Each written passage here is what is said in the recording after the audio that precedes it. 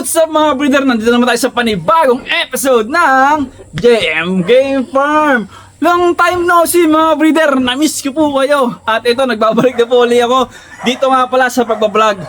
Meron tayong konting update sa ating munting manukan mga breeder. Kaya tara, samahan nyo ako ulit. Let's go!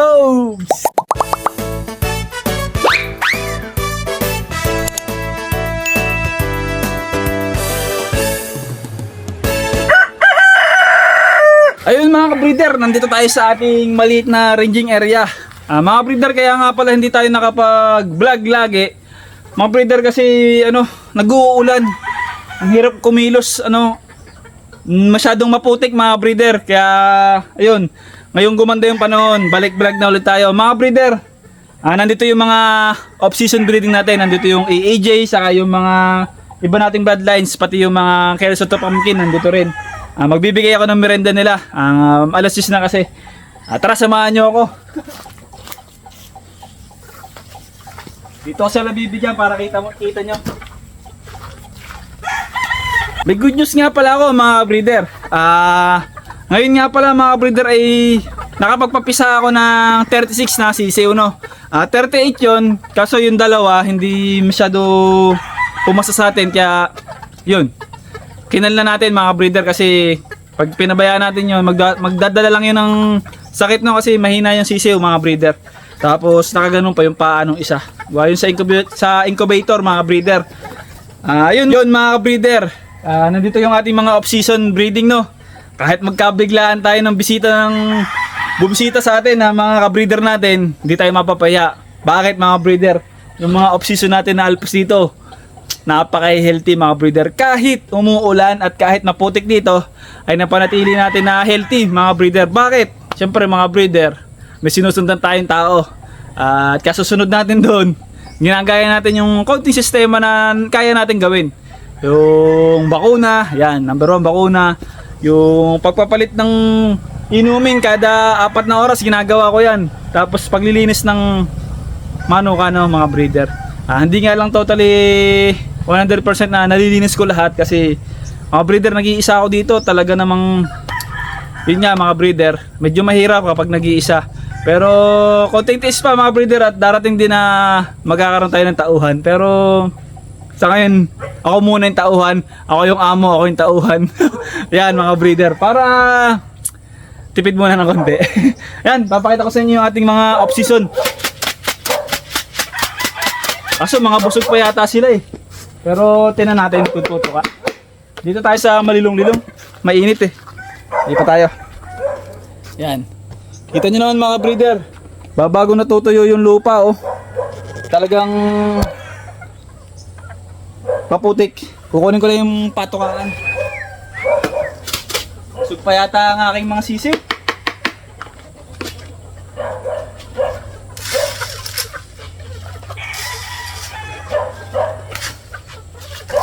Yan ang mga breeder, nagdadatingan na yung ating mga sisiw. Mga breeder, sinumon ko para makita nyo. Kahit magkabiglaan tayo mga breeder dito, wala dito may sakit. Yan, nagulat. Paano ko napanatili yung kalusugan nila mga breeder? Ayun nga, kada 4 na oras nagpapalit tayo ng painom. May laman man o wala, nililinis natin yung painuman. Yung hinahaponan nila, nililinis natin yung ipot para araw-araw bago yung ipot, araw-araw bago yung ipot. Tapos mapapansin natin yung kung may problema sila, kasi pagka umipot sila ng maputi, na dry, tapos may dugo, ganon mga breeder, maagapan agad natin. Yan. Ito lang yung may pagmamalaki ko mga breeder. Hindi ko naman ipanagayabang, parang pinagmamalaki ko bilang breeder na yung alaga natin hindi dinatapuan ng sakit kahit tag-ulan, kahit maputik at medyo hindi maganda yung lokasyon natin. Napapanatili natin yung kalusugan nila mga breeder. Ayun nga pala mga breeder, meron pa akong isang sisingit sa inyo. Balak ko pong mag-alaga ngayon ng 100 stag kung kakayanin ko. Uupan na rin nga pala ako mga breeder ng bagong range, kasi dito sa range na to nagpuputik talaga. Medyo nahihirapan akong gumalaw, kaya hahanap ako ng ibang lilipatan ko, pero malapit lang at saka maliit lang yun mga breeder. Kumbaga dagdag lang para ma-refresh yung area na to.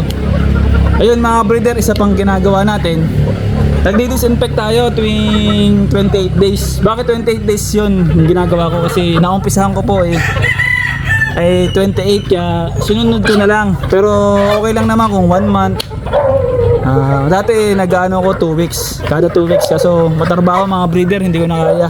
Kaya kada isang buwan o 28 days nga, yan mga breeder, nagdi-disinfect tayo ng lokasyon natin. Lahat to, range, tipi, brooder, palibot ng bahay, yung dinadaanan natin. Yan mga breeder. Mga breeder, ito lahat ng mga to, wala tong may isang kaunting sipon mga breeder. Ito lang yung pinakamasarap na sa pakiramdam bilang isang breeder, yung makita mo yung alaga mo na maayos. Kahit alam mo naman na pabago-bagong panahon, hindi ka nag-aalala. Kasi mga breeder, sinunod ko lang naman yung mga payo sa atin na magbakuna tayo. Step by step, B1, Gumboro, Lasota, Polpax, Coryza, yun. Mga breeder, yung Coryza na yun, vaccine, 3K ang halaga nun. Talagang ininvest ko na din kasi mga breeder, ayun yung mga dating tumalo sa akin, no mga breeder. Yung ibig sabihin ko, last year nagkaroon ako ng problema ng Coryza na kasi hindi tayo nakapagbakuna. Kaya sabi ko, sa susunod na taon, yung mga pagkakamali ko at mga kulang ko, kung kakayanin ko, pupunan ko mga breeder. Ibig sabihin, yung vaccine na yun, kahit medyo mahal, mas malaki naman yung maibibigay sa akin. Kumbaga, mahal man yun, pero mas malaki yung kikitain ko pag bumili ako nun. Bakit mga breeder? Pagpalagay natin, meron tayong 10 stag, 10 sisiw na natandang. Ngayon nagkakuray sa yung 5. Siyempre, iba na ang quality nun mga breeder. At saka, panigurado ako, pag minamalas-malas, pwede yung mag-abroad. Pwede yung matsugi, mga breeder. Kaya tingin ko mas makakamura tayo kapag nagbabaksin tayo. Mga breeder? Yun yung mga last year na nangyari sa akin. Talaga namang sinusulat ko yun at tinatandaan ko kung ano yung naging solusyon ko. Kung paano ko ginawa, kung anong nangyari, kung paano ginamot ko. Yun. Sa ngayon naman mga breeder, hindi ko naman masasabing perfect. Pero mga breeder, ibang-iba. Kumpara dati na nanghuhula lang ako dati kasi mga breeder kung anong gamot. Kasi wala namang talagang nag-umpisa na alam mo na lahat. Mayroon ka naman mga pagtanungan mga breeder. Siyempre, yun nga sabi nila, case to case. Kung ano yung nangyayari sa'yo, pag-aralan mo, yung experience mo, ayun din yung magtuturo sa'yo. Pero yung mga pinapayo sa inyo, lalo na yung mga naunang nagmamanok sa atin, sundin natin yun mga breeder. Pero kung hindi naman epektibo sa atin, magawa tayo ng sarili natin. Kasi mga breeder, iba-iba tayo ng lokasyon. May lokasyon tayo na akala natin healthy yung magiging paanak natin. Kasi mga breeder, maganda yung lokasyon, hindi nagpuputik, pero kulang naman tayo sa paglilinis, kulang tayo sa disinfection, kaya nagkakasakit pa din. Yun lang mga breeder. Mga breeder, may dahon pa ng saging. Ayan mga breeder, kwentuhan lang muna tayo at medyo puro yellow sign na yung sa YouTube ko kasi kada sabi ng iba, lagi daw kasi ako mahawak ng manok sa video. Di ko alam, bawal ba yun mga breeder? Kasi hindi naman nasasaktan yung manok Ba't kaya ganun? Kasi walang napasok mga breeder. Walang pasok na ads pagka yellow sign. Pero okay lang mga breeder. Ayun nga, ang target ko naman dito, may pakita ko yung mga alaga ko para yung market ko gumanda-ganda mga breeder. Kasi dito sa amin, sa Dolores, dati kasi may na yung bentahan ko dito mga breeder. Swerte ko na kung makabenta ako ng 2,000 isang manok. Kahit maganda yung manok ko, swerte ko na makakuha ng ganun na bayad. Pero ngayon mga breeder, nag-adjust tayo. Siyempre mga breeder, kuha kasi ng materials natin, nag-invest tayo, kaya medyo tumaas na mga breeder, no? Dati 2K, naging 3K. Ngayon mga breeder, 4K yung benta natin ng Battle Cross, no?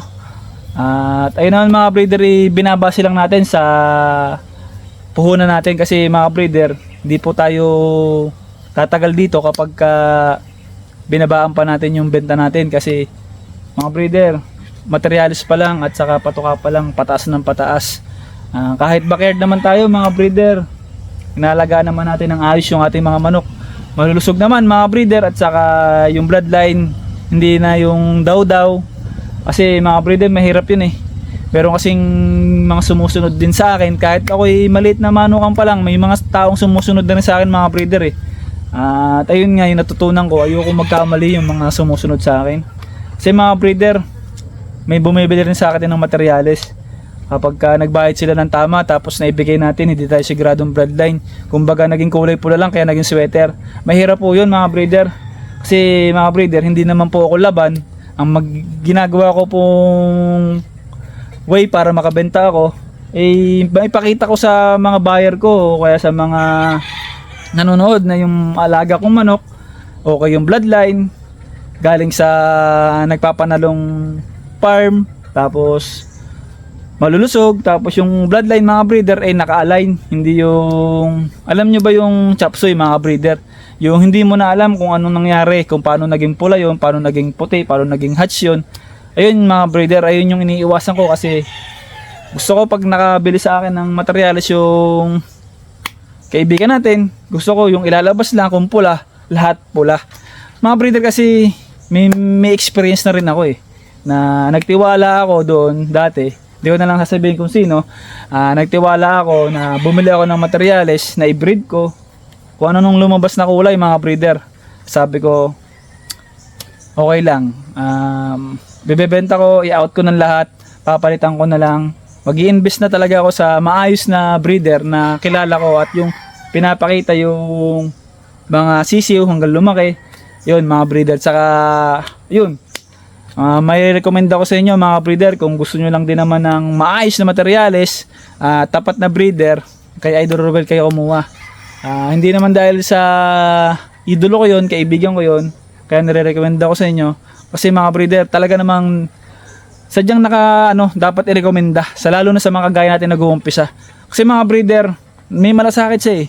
Kung tatakbo nga yung konsel, iboboto ko yan eh. Hindi mga breeder, no.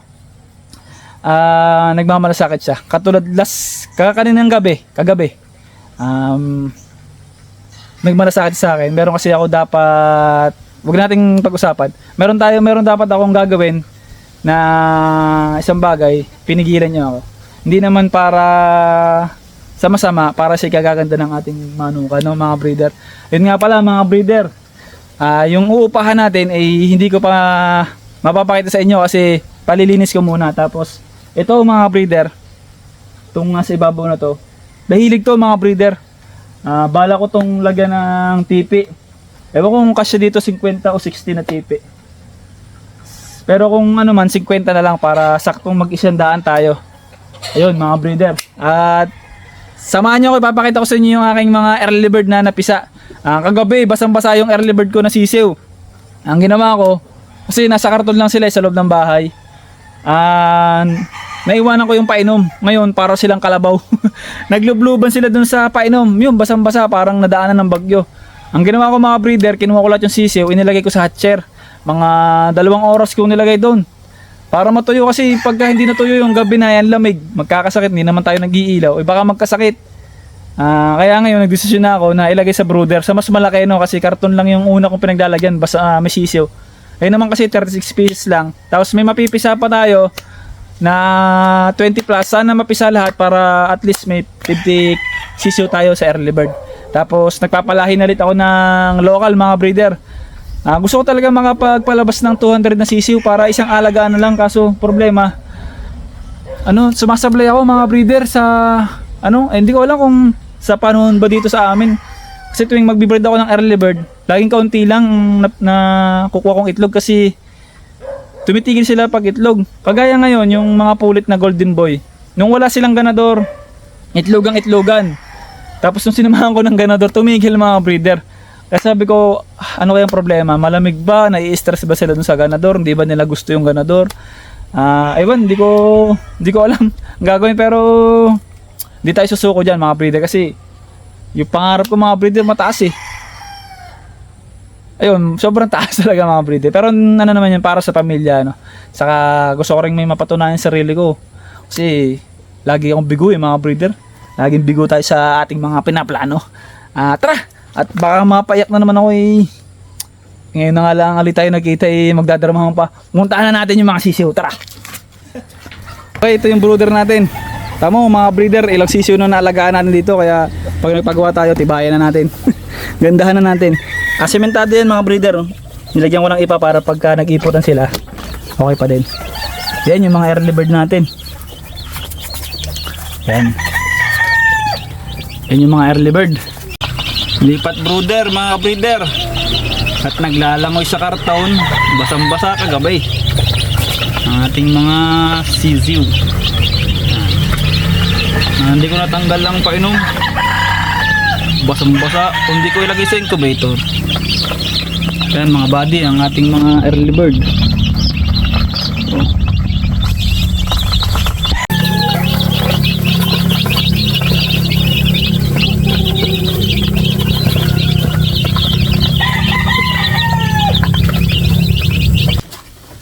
Ayun mga breeder, maraming salamat at sana suportahin niyo pa rin ako kahit hindi na ako nakakapag-vlog ng madalas. Pero ngayon sikapin ko ulit mga breeder. Nitong November, tapusin natin yung election bago tayo mag-vlog ulit mga breeder. Abangan nyo din mga breeder kasi pupunta tayo kay Idol Ruel Amano ulit. At saka bibisitahin ko si Boss Daryl Castillo. Idolo din natin yun mga breeder eh. Iniidolo ko yung mga magagaling mag-alagas at saka yung magaling magnegosyo mga breeder dito sa larangan ng pagmamanok, no. Namiss ko kayo mga breeder, sana namiss nyo din ako at sana ganun pa rin kainit yung pagsuporta nyo sa akin mga breeder kahit konti na lang yung mga upload natin mga breeder. Pero babawi ako mga breeder, gagawa tayo ng mas maraming content at saka yung sa mga kagaya ko nag-uumpisa, gagabayan natin sila mga breeder. Tulong-tulong tayo mga breeder. Kung may mali sa ginawa ko mga breeder, i-comment nyo mga breeder para maitama natin sa susunod na video natin. Tapos mga breeder, mag-comment na rin kayo dito para ma-shoutout ko kayo kasi yung mga nagpapa-shoutout sa akin nung nakaraan hindi ko na-shoutout. Kasi mga breeder, hindi ko alam, para kasing nagpahinga din ako maggawa ng content eh. Kumbaga nag-focus muna ako dun sa ini-endorse natin na gamot mga breeder. Kasi yun nga mga breeder, wala pa naman akong sahod dito. Kaya ang pinag-iigi ko yung isa, yung may sahod tayo. Yung sahod naman yon hindi naman pera, kundi libreng vitamins, libreng gamot. Ano? Yung mga Vitamin Pro, yan mga breeder. Kasi endorser tayo pero hindi naman tayo big time endorser, small time lang. Ayun. Maraming salamat mga breeder sa pagtatapos at panonood ng vlog na to ha mga breeder. Comment nyo lang yung gusto nyo sabihin sa akin, yung gusto nyo i-content para kung kaya natin, gagawin natin ano. Siya paano, password. See you soon sa next episode ng JM Game Farm. I miss you mga breeder. I love you. Salamat.